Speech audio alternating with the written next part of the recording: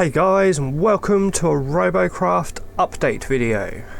Yes, the latest edition of Robonews has been released. They did announce yesterday that a new Robonews and a daily robot were going to be released. At the moment we only have the Robonews, and as soon as the daily robot comes out I will bring you what that tells us as well.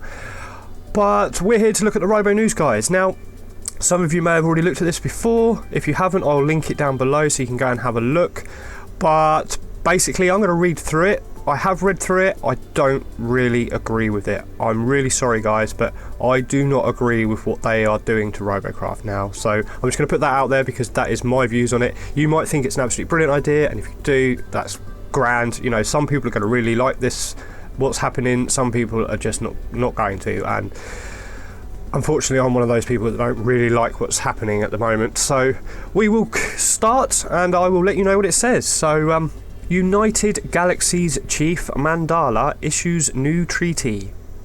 Intergalactic robot warfare is never going to be the same again after the new UG treaty comes into force on the 28th of April 2151.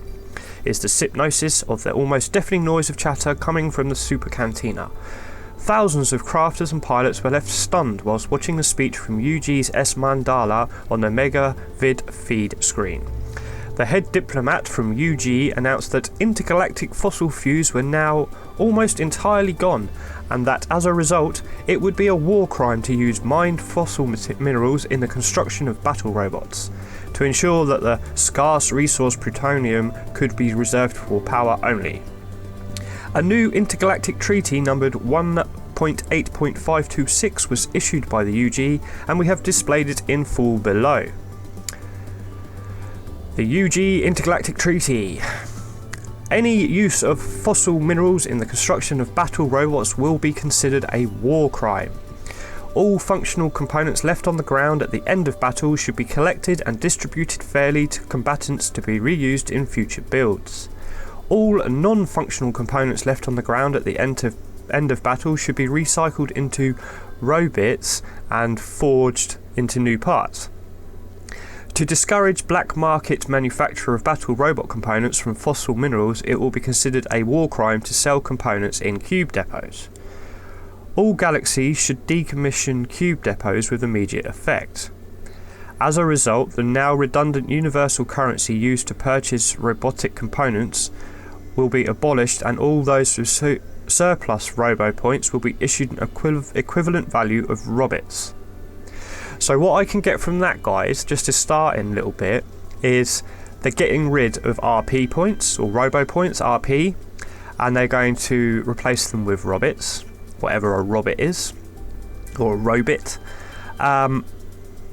It looks as though your robot is going to leave parts scattered around the battlefield, so I hope they know what they're doing, because I don't exactly have a fast computer and I lag sometimes at the best of times. So to have all these extra parts left lying around the map while trying to fight in a game that has lag issues anyway is just, I think they're taking a step in the wrong direction. Personally, that's my personal opinion. Cube depots are going, so you can no longer buy any of the parts. By the looks of it, you cannot buy the parts anymore. Great. GG, Free Jam. That sounds amazing. Oh my god. O'Connor and the Prof to develop salvage drones. The instant the news broke of the new treaty, Professor Simmons and Director of Engineering O'Connor locked themselves in a lab and began development of a new series of advanced E-14 salvage bots. These bots are being designed to gather all functional parts remaining at the end of battle and distribute into salvage crates. The distribution of parts will use the famous Fairrand 0.65 algorithm, which has proven to be more random than a million real dice in statistical studies. So they might just base it on their matchmaking algorithm then, which doesn't seem to know what it's doing. The parts will be distributed into bronze, silver, gold, diamond and protonium labelled crates, and a single crate will be issued at the end of each battle based on the combatant's performance, with the best combatants receiving crates containing the best chance of getting uncommon, rare, epic and legendary items inside. Additionally, crafters and pilots will be rewarded for their dedication with a salvage crate awarded daily, with the quality of that crate escalating with each consecutive day they enter theatre. Crates will be unlocked instantly without any form of restriction, as they will not require any form of hyperkey and will not be time locked in any way. No, don't like it. Sorry, don't like it. I want my RP. I do not want a battle crate at the end. I do not want to collect random parts. I do not want to have all these bits left on my screen while I'm fighting so it lags my game. I do not want Robocraft to become Counter-Strike Global Offensive, which is exactly what it is doing. It is becoming every other mainstream multiplayer PvP game where, oh my god, I've seen this game literally go downhill in the last 6 to 8 months. It has gone downhill, and I don't know how long I'm going to continue playing this, because I really don't agree with the way this is going. I'm sorry guys, I really don't agree with it. Anyway, Euphoric Tech breaking news. Groove Tech Gravity Systems is developing a new dance club venue orbiting Earth, which is cube-shaped with a volume of 1 kilometre cubed, and where each side has its own gravity. The box is sure to become a recreational haunt for combatants when fighting begins on Earth in the coming months. Okay, so that's a little bit there. We can kind of see what might be happening. Are we going to get Earth maps?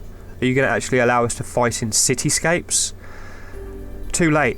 Sorry, too late. Insider TM. Crafters ecstatic that all parts previously available for GC only will now be included in salvage crates for free. So, glass, lights, masks, vapor trails, dwarf spikes, carbon 6 lasers and thrusters are all going to be available for free now.